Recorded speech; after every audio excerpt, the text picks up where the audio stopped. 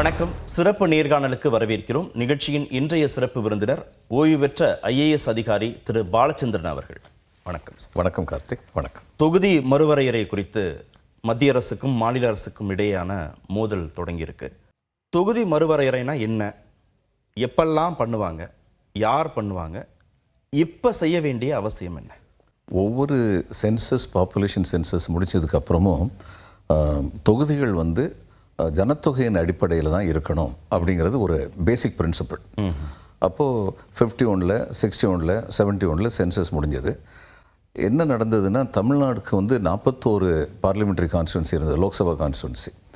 அவங்க ப்ரொக்ரெசிவாக குடும்ப கட்டுப்பாடெல்லாம் நல்லா அமல்படுத்தினாங்க, தமிழ்நாடு, கேரளா, ஆந்திரா இவங்கெல்லாம். அப்போது 71 எலெக்ஷனுக்கு அப்புறம் தமிழ்நாடுக்கு 41 39 ஆயிடுச்சு. பாண்டிச்சேரியும் சேர்ந்து 40 குறைஞ்சிருச்சு. ஆமாம், குறைஞ்சிருச்சு. அப்போ இது தொடர்ந்து குறைஞ்சிக்கிட்டே போகிற மாதிரி தான் இருந்தது. ஏன்னா மத்திய பிரதேஷ், உத்தரப்பிரதேஷ், பீகாரில் எதிர்பார்த்த அளவுக்கு பாப்புலேஷன் குறைவு நடக்கலை. அப்போ அந்நேரம் தமிழ்நாடு முறையிட்டது, நாங்கள் நல்லா வேலை பார்த்தோங்கிறதுக்காக எங்களுக்கு தண்டனை கொடுக்கக்கூடாது அப்படின்னு. 1976 அவங்க ஒரு ஆக்ட் முதல்ல கொண்டு வந்தாங்க. அடுத்த 25 வருஷத்துக்கு 1971 சென்சஸ் தான் நம்ம ஃப்ரீஸ் பண்ணி வச்சுருவோம், அடுத்து வர சென்சஸ் ஃபிகரை கணக்கில் எடுத்துக்க மாட்டோம். டீலிமிட்டேஷன் ஆக்ட்னு ஒன்று இருக்குது. அந்த டீலிமிட்டேஷன் ஆக்ட் தான் சொல்லுது, ஒரு டீலிமிட்டேஷன் கமிஷன் அப்பாயிண்ட் பண்ணுவோம். ஒரு ரிட்டையர்டு சுப்ரீம் கோர்ட் ஜட்ஜி சேர்மனாக இருப்பார், சீஃப் எலெக்ஷன் கமிஷனர் மெம்பராக இருப்பார். எந்தெந்த மாநிலங்கள்லாம் டீலிமிட் பண்ண போகிறோமோ அந்த மாநிலங்களுடைய ஸ்டேட் எலெக்ஷன் கமிஷன்லாம் அதில் மெம்பராக இருப்பாங்க, பண்ணி இதை பண்ணுவோம் அப்படின்னு சொன்னதை 1971 அப்புறம் ஃப்ரீஸ் பண்ணிட்டாங்க. மிஸ்ஸஸ் காந்தி பீரியடில் அந்நேரம் சொன்னாங்க, மிஸ்டர் முரசொலி மாறன் பர்சனலாக போய் அவங்கள சந்திச்சார். அவங்க she was a national leader, அவங்க ஷி அண்டர்ஸ்டுட் அந்த மாதிரி நல்லா வேலை பார்த்து பனிஷ் பண்ணக்கூடாதுன்னு சொல்லி ஃப்ரீஸ் பண்ணிட்டாங்க. இப்போ 2001 ஆண்டு வரைக்கும் அது தாங்கும் இல்லை. 1971 சென்சஸ்க்கு அப்புறம் 25 வருஷம்னா 1996 வரைக்கும் தாங்கியிருக்கும். Vajpayee another great national leader, அவர் இன்னும் 25 வருஷத்துக்கு இதை கண்டினியூ பண்ணார். அதனால் 2026 வரைக்கும் 1971 சென்சஸில் எந்த கான்ஸ்டியூன்சிஸ் பார்லிமெண்ட்டில் இருந்ததோ இந்த 543 கான்ஸ்டியூன்சி மாறாது, நம்பர் ஆஃப் கான்ஸ்டியூன்சிஸ் மாறாது. அவங்களுக்குள்ள ஒவ்வொரு ஸ்டேட்டுக்குள்ளேயும் சில டீலிமிட்டேஷன் பண்ணிக்கலாம். உதாரணமாக சிவகாசி பார்லிமெண்ட்ரி கான்ஸ்டியூன்சியாக இருந்தது, இன்னைக்கு விருதுநகர் பார்லிமெண்ட்ரி கான்ஸ்டியூன்சியா இருக்கு, அந்த மாதிரி மாத்திக்கலாம். ஆனா தமிழ்நாட்டுக்குன்னு இருக்க 39 மாறக்கூடாது, எண்ணிக்கை மாறக்கூடாது அப்படின்னு இருந்தது. இப்போ இந்த 2026க்கு அப்புறம் அந்த நிலைமை மாற முடியும்.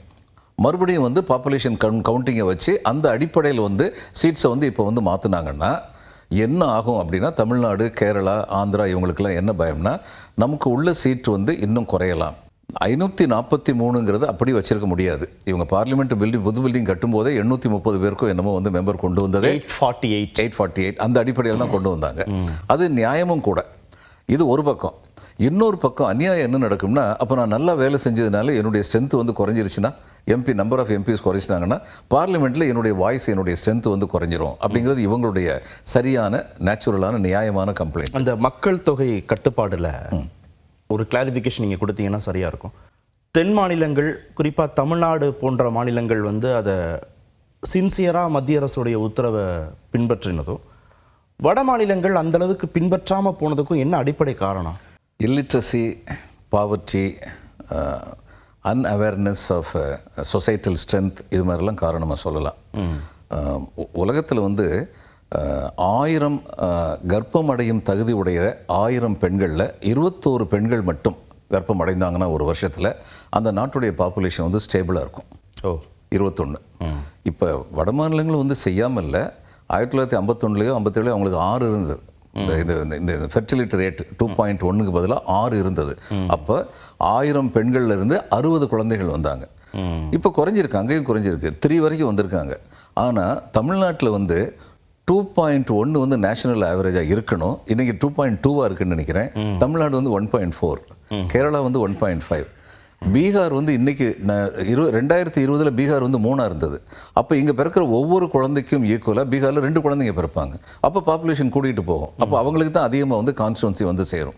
அப்போ இந்த சிக்கலை தடுக்கிறதுக்கு ஒரே ஒரு வழி தான் இருக்குது. அந்த வழி என்னென்னா, நீங்கள் கான்ஸ்டியூன்சியை கூட்டி தான் தீரணும். ஏன்னா 15 லட்சம் வாக்காளர்களுக்கு ஒரு கான்ஸ்டியூன்சி அந்த எம்பி எத்தனை பேரை பார்க்க முடியும்?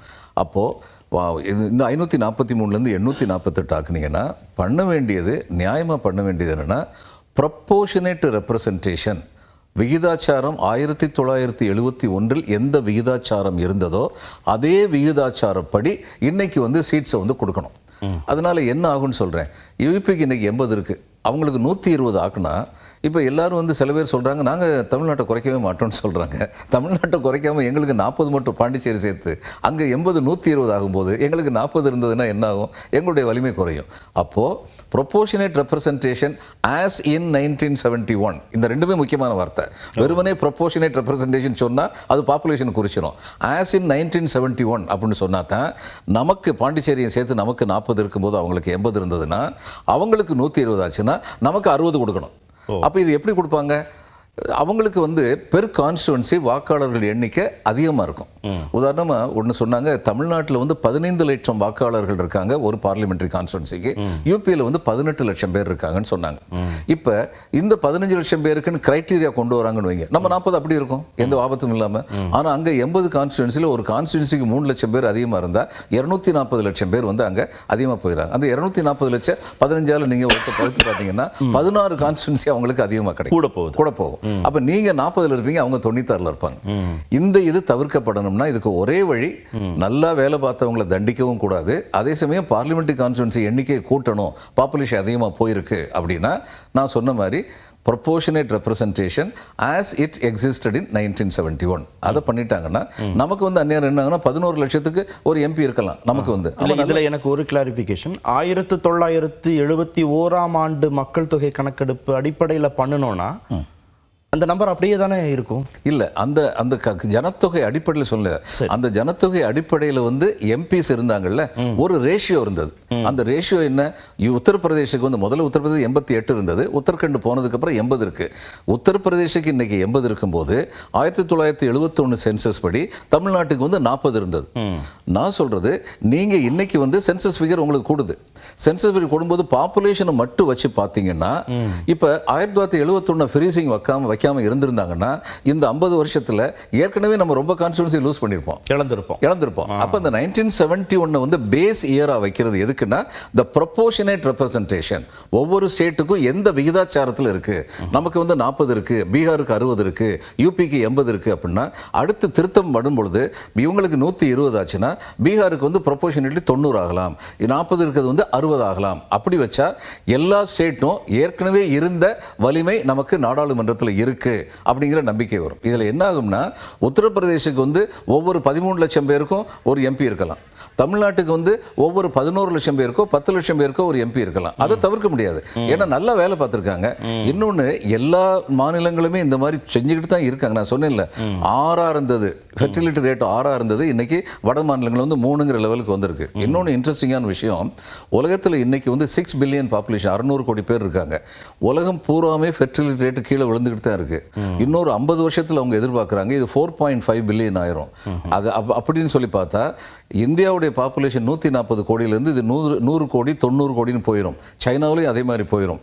இதே 543 வச்சுருந்தோம்னா அடுத்து நீங்கள் வந்து 50 வருஷம் கழிச்சு அந்த பழைய 1971 சென்சஸ்ல இருந்து ஃபிகருக்கு போக முடியும். ஆனால் அப்படி இல்லை, நாங்கள் எம்பி நம்பரை கூட்டணும்னு சொல்லி நீங்கள் நினச்சிங்கன்னா இதை செய்யுங்க. நல்லா வேலை பார்த்தவங்களை பனிஷ் பண்ணாதீங்க.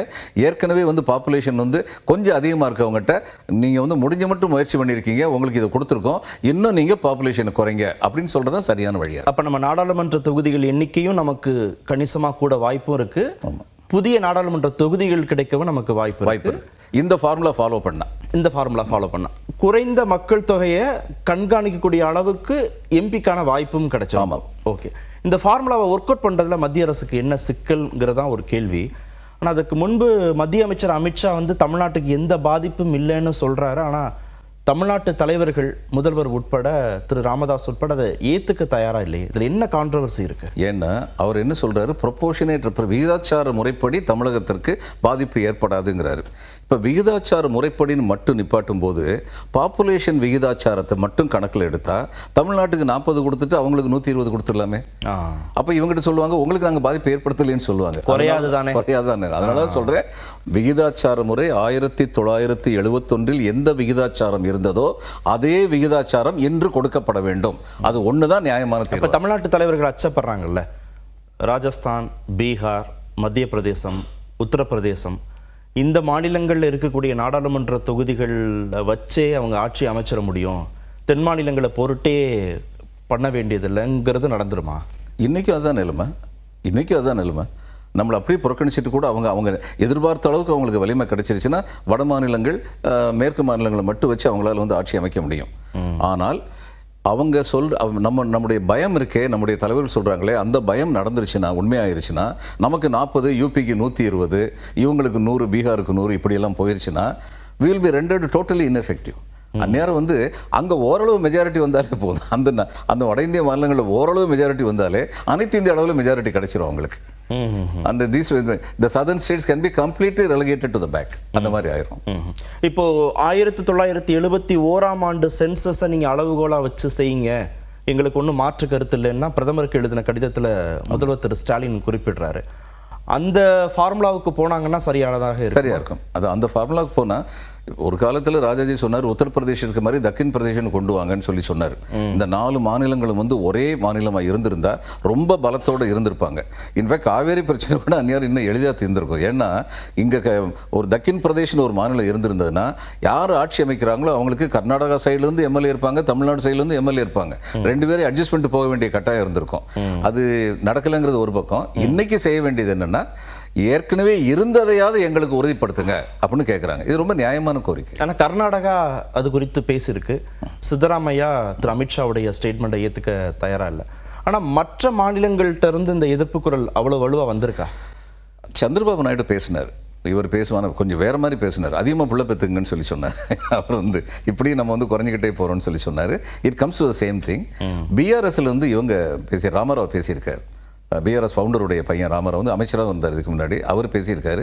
Kerala always talks about it. அவங்க வந்து ஆனால் இப்போ வேறு எந்தெந்த மாநிலங்கள்லாம் பாதிக்கப்படுமோ அந்த மாநிலங்கள் இன்னும் இதை பற்றி, பெங்கால் கூட ஓரளவு பாதிக்கப்படும், மகாராஷ்டிரா ஓரளவு பாதிக்கப்படும். இன்றைக்கி இதனால் பலனடைகிறவங்கன்னா உத்தரப்பிரதேஷ், பீகார், மத்திய பிரதேஷ், ராஜஸ்தான், ஜார்க்கண்ட், மணிப்பூர் போன்ற மாநிலங்கள் வந்து பலனடையும். அதிக மக்கள் தொகை கொண்ட மாநிலங்கள் இதெல்லாம்.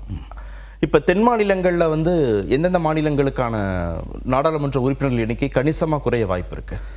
இவங்க வந்து நாங்கள் வெறும் மக்கள் தொகை விகிதாச்சாரத்தில் பண்ணுவோம் அப்படின்னு சொன்னால் மிக அதிகமாக பாதிக்கப்பட போகிறது வந்து தமிழ்நாடும் கேரளாவும் தான்.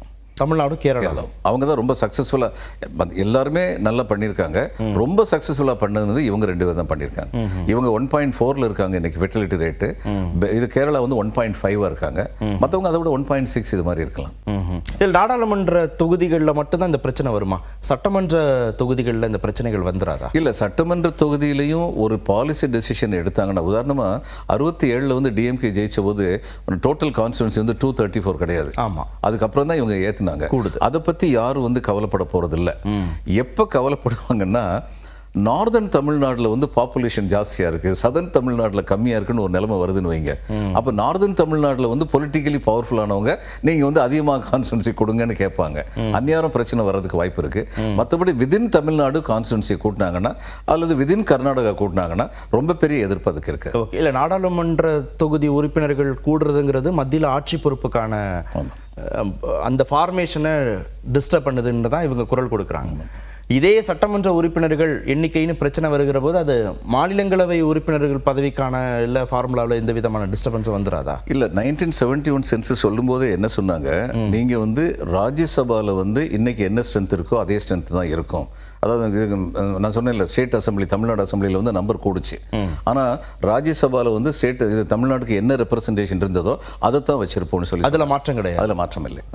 அதை தொடர்ந்துவாங்கன்னா பிரச்சனை இருக்காது. இப்போது நீங்கள் இதை மாற்றும் பொழுது பாப்புலேஷன் கிரைட்டீரியான்னு கொண்டு வந்துட்டு ராஜ்யசபா வந்து இதில் உள்ளதில் 1/3 ஸ்ட்ரென்த் இருக்கணும். லோக்சபாவுடைய 1/3 ஸ்ட்ரென்த் இருக்கணும். இங்கே 543 848 ஆச்சுன்னா அவங்களுடைய ஸ்ட்ரென்த் வந்து ஆட்டோமேட்டிக்காக 286 ஆகும். இன்னைக்கு உள்ளதுலேருந்து மேலே போகும். அப்படி போகும்போது ஒவ்வொரு ஸ்டேட்டுக்கும் அந்த பலன் கிடைக்கும். நான் சொல்கிற அந்த ஃபார்முலாவை அடாப்ட் பண்ணாங்கன்னா ஒவ்வொரு ஸ்டேட்டுக்கும் அந்த பலன் கிடைக்கும். ஓகே, தொகுதி மறுவரையறைக்கும் ஒரே நாடு ஒரே தேர்தலுக்கும் என்ன சம்பந்தம்? ஏன் இந்த கட்சிகள் 2ஐயும் சேர்த்து அச்சப்படுறாங்க? இல்லை, 2ஐயும் அவங்க இணைச்சி அச்சப்படல. 2மே வந்து ஒரு கோலை நோக்கி போகுதுன்னு சொல்லி பயப்படுறாங்க. ஒரு கோலை நோக்கி தொகுதி மறுவரை வந்து இவங்க வந்து இவங்களுடைய அச்சம் என்னன்னா வெறுமனே பாப்புலேஷனை மட்டும் வச்சு இவங்க பண்ணிடுவாங்க. அதிபர் தேர்தல் முறைன்னு அப்படி பயப்படுறாங்களா? இப்போ இவங்க என்ன சொல்ல, ஒரே தேர்தல் சொல்லும்போது 52லையும் 57லையும் 62லையும் நேருவுக்கு இருந்த பாப்புலாரிட்டியின் காரணமாக மாநிலத்தில் உள்ள தலைவர்களை பற்றி அதிருப்தி இருந்தாலுமே கூட காங்கிரஸுக்கு ஓட்டு போட்டவங்க நிறைய பேர் இருக்காங்க. ஏன்னா ஒரே சமயத்தில் தேர்தல் நடந்ததுனால. இப்போ இவங்க என்ன நினைக்கிறாங்கன்னா, mister Modi was very successful. அவர் வந்து ரேஷன் கார்டிலேருந்து ஆரம்பித்து கொரோனா கார்டிலேருந்து ஆரம்பித்து எல்லாத்துலேயும் தன்னுடைய ஃபோட்டோ வச்சுட்டார். இன்னைக்கு இந்தியாவில் எல்லாருக்கும் தெரிஞ்ச ஒரு முகம் இருக்குன்னா ரூரல் ஏரியாவில் அது மோடி முகம்தான். அது யாருக்கும் சந்தேகம் கிடையாது, அனைத்து இந்திய அளவில். It was a very brilliant exercise done by mister Modi. அதனால மோடி பொது விநியோக திட்டம்ங்கிறது மாநில அரசு கட்டுப்பாட்டில் தானே இருக்கு, அவங்க தானே செய்கிறாங்க.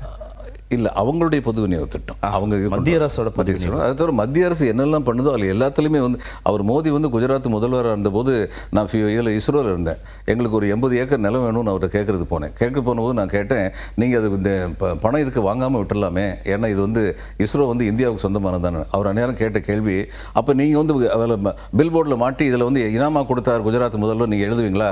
எழுத மாட்டீங்களே, நான் இதுக்கு இனாமா கொடுக்கணும் அப்படின்னு சொல்லி கேட்டார் அவர். கடைசியில் 50% காஸ்ட்டில் வந்து வாங்கினேன். அப்போ அவருக்கு மாநில அரசு மத்திய அரசுன்ற புரிதல் நல்லா இருக்கு. அந்த புரிதலாம் நிச்சயமா. அதே சமயம் தன்னை எப்படி பிரபலப்படுத்துறதுங்கிறது அவருக்கு வந்து தெரியும். அதனால வந்து இன்னைக்கு இவங்களுடைய பயம் என்னன்னா, அவர் ஒருத்தர் முகத்தை காட்டியே மாநிலத்துடைய தேர்தலுடைய முடிவையும் மாத்துறதுக்கு முயற்சி நடந்துரும். ஒரு நாடு ஒரு தேர்தல் வந்தா அப்படின்னு சொல்லி இவங்க பயப்படுறாங்க. அடுத்து அந்த ஒரு நாடு ஒரு தேர்தல் ப்ரொபோசல் வந்து சரி கிடையாது. அதாவது ஒரே நேரத்தில் தேர்தலுங்கிறது அந்த ப்ரொபோசலே இல்லையே. அந்த ப்ரொபோசலில் ஒரே நாளில் ஒரு தரம் வந்து ஒரே நாட்டுக்கு தேர்தல் நடக்கும், அவ்வளவுதான்.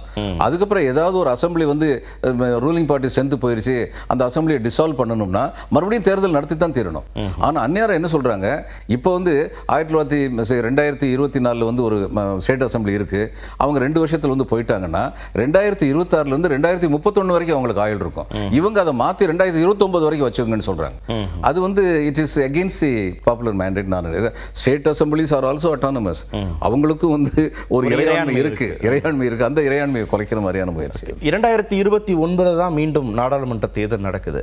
அதற்கு முன்பாக இந்த தொகுதி மறுவரை செய்யப்பட்டு நாடாளுமன்ற தேர்தல் நடப்பதற்கான வாய்ப்புகள் இருக்கு. ஏன்னா அந்த ஹவுஸ் லிஸ்டிங்னு சொல்லுவாங்க. நான் கேள்விப்பட்டேன் 2011 சென்சஸுக்கு முன்னாடி 2010 வந்து ஹவுஸ் லிஸ்டிங் எக்ஸசைஸ் வந்து துவங்கிட்டாங்க. அப்பதான் 2011 சென்சஸ் நடத்த முடியும். அப்ப இப்போ ஹவுஸ் லிஸ்டிங் துவங்கினாங்கன்னு நான் கேள்விப்பட்டேன். அப்படி பண்ணினாங்கன்னா 2020 எல்லா மாநிலங்களும் அப்படி பண்ணினா 2026 சென்சஸ் நடத்த முடியும். இது வந்து parliament act 1982 84 it was in 84th amendment 2001. அதுபடி 2026 வரைக்கும் உங்களுக்கு 71 சென்சஸ் தான் நீங்கள் வச்சிருக்க முடியும். இப்போ 2027 ஒரு சென்சஸ் இவங்க நடத்தி முடிச்சிட்டாங்கன்னா அந்த 2027 சென்சஸ் பேசிஸில் டீலிமிட்டேஷன் பண்ண முடியும். அந்த டீலிமிட்டேஷன் படி 2029 வந்து எலெக்ஷன் நடத்த முடியும். அப்போ அந்த 848ங்கிற எண்ணிக்கைக்கு தான் நாடாளுமன்ற தேர்தல் வந்து நடக்கும். இந்த ஹவுஸ் லிஸ்டிங்கிறது வந்து மாநில அரசு ஊழியர்களை வச்சு தானே அவங்க பண்ண முடியும். But it is mandatory. அவங்க சொன்னாங்கன்னா மாநிலம் செஞ்சு தான் தீரணும். சென்சஸ் ஆபரேஷன்ங்கிறது வந்து இட் இஸ் மேண்டேட்டரி ஆபரேஷன். அதில் எந்த மாநிலம் வந்து எதிர்ப்பு குரல் கொடுக்க முடியாது. ஓகே, இந்த ப்ராசஸ்க்கு அவங்க வந்து எந்த தடையும் கோர முடியாது. அளவுகோலை 1971 வச்சுக்கோங்கன்னு வேண்டுமானால் சொல்லலாம். சரி, இதை எப்படி தீர்க்க முடியும்? மத்திய அரசுக்கும் மாநில அரசுகளுக்கும் இடையிலான இந்த தொகுதி மறுவரைய பிரச்சனையை அமிக்கபிளா எப்படி தீர்க்கும்? அமிக்கபிளா தீர்க்கிறது முதல்ல டீலிமிட்டேஷன் கமிஷனுடைய அதிகாரம் என்னன்னா, டீலிமிட்டேஷன் கமிஷன் வந்து ஒரு முடிவுக்கு வந்துருச்சுன்னா அந்த முடிவை எதிர்த்து யாரும் எந்த கோர்ட்டுக்கும் போக முடியாது. மாநில அரசும் போக முடியாது, ஒன்றிய அரசும் போக முடியாது, யாரும் போக முடியாது. நம்பர் 1. நம்பர் 2, அந்த எந்த முடிவுக்கு வந்தாங்களோ அதை வந்து நாடாளுமன்றத்திலையும் சட்டமன்றங்களையும் வந்து அந்த ரிப்போர்ட் வைக்கப்படும், அது விவாதிக்கப்படும். ஆனால் அதில் எந்த திருத்தமும் யாரும் செய்ய முடியாது. அது அதனுடைய அதிகாரம், அப்படிப்பட்ட அதிகாரம். அதனால அந்த டீலிமிட்டேஷன் கமிஷன் கான்ஸ்டியூட் பண்றதுக்கு முன்னாடியே சென்ட்ரல் கவர்மெண்ட்டும் ஸ்டேட் கவர்மெண்ட்ஸும் they should come to an amicable solution. அதாவது இவங்க கேட்கறது நியாயமான கோரிக்கை. இந்த டீலிமிட்டேஷன் வர்றதுக்கு முன்னாடி நீங்கள் proportionate representation as it existed in 1971 கொடுங்க அப்படிங்கிறத அவங்க ஏற்றுக்கிட்டாங்கன்னா எந்த பிரச்சனையும் இருக்காது. டீலிமிட்டேஷன் கமிஷனை எதிர்த்து அவங்க முடிவை எதிர்த்து உச்சநீதிமன்றம் கூட போக முடியாது. எங்கேயும் போடும். No court can issue an order. அது சட்டத்தில் ரொம்ப தெளிவாக இருக்கு. ஏன்னா அதை எதிர்த்து யாராவது ஒருத்தர் போய் கோர்ட் வந்து அதை வந்து they take it into consideration வைங்க, 10 வருஷம் கேஸ் நடக்கிற வரைக்கும் எலெக்ஷன் நடத்த முடியாமல் போயிடும். அப்போ இது கன்சர்னாக பார்க்கறதும் பார்க்காம இருக்கிறதும் மத்திய அரசுடைய முழு கட்டுப்பாட்டில் இருக்கு. ஆமாம், அதனால மத்திய அரசு வந்து லால் வந்து சட்டத்தில் வந்து ஒன்று சொல்லுவோம், சட்டத்தின் சொல் சட்டத்தின் ஆத்மா, the letter and spirit of law. இவங்க பெரும்பாலும் லெட்டர் ஆஃப் தி லாவை தான் பார்க்குறாங்களே ஒழிய ஸ்பிரிட் ஆஃப் தி லா வந்து சில விஷயங்களில் பார்க்குறதில்ல. இதில் ஸ்பிரிட் ஆஃப் தி லா பார்க்கணும். ஏன்னா இந்தியன் கான்ஸ்டியூஷன் வந்து ரொம்ப கஷ்ட காலத்தில் இந்த நாட்டுக்கு தேவையான ஒரு கான்ஸ்டியூஷன் எப்படி கொண்டு வர முடியும்னு சொல்லி சில பெரிய மனிதர்கள், அம்பேத்கர், ஜவஹர்லால் நேரு, இவங்கெல்லாம் சேர்த்து வச்சு இதை இவ்வளவு தூரத்துக்கு கொண்டு வந்தாங்க. I won't call it a perfect constitution. ஆனால் இந்த அளவிற்கு கொண்டு வந்ததுங்கிறது சாதாரணமான காரியம் இல்லை. அதனால அதை வந்து போற்றி பாதுகாக்க வேண்டியது எல்லோருக்குமே அந்த கடமை இருக்கு. இப்போ இந்த முடிவிலிருந்து மத்திய அரசே பின்வாங்கி மறுபரிசீலனை செய்தா மட்டும்தான் உண்டா? அப்போ மத்திய அரசு என்ன செய்ய போறோம்னு இன்னும் சொல்லலை. இங்கேயும் வந்து குழப்புறாங்க. அமித்ஷா வந்து என்ன சொன்னாரு, விகிதாச்சார முறைப்படி கொடுப்போம், இவங்களுடைய 39 பாதிக்காதுன்னாரு. பிரச்சனையே அதுதான். வெறுமனே விகிதாச்சார முறைப்படி கொடுத்தா யூபிக்கு 120 போகும், 140 போகும், நம்ம 39ல் உட்காந்துக்கிட்டு இருப்போம். நமக்கு பலமே இல்லை. அதனால 1971 இருந்த விகிதாச்சாரம் அப்போ 543 வந்து உங்களுக்கு 848 ஆகலாம், 1200 ஆகலாம். ஆனால் அதுக்கு தகுந்தபடி எல்லா மாநிலங்களுக்கு வந்து நம்பர் வந்து கூட்டப்பட வேண்டும். யாருக்குமே பாதிப்பு இல்லை. யாருக்குமே பாதிப்பு இல்லை. அன்னைக்கு இருந்து அதே ப்ரொபோர்ஷன் இன்னைக்கும் இருக்கும். பார்க்கலாம். நன்றி நிகழ்ச்சியில் பங்கேற்றதற்கு. மீண்டும் சந்திப்போம். நன்றி, வணக்கம்.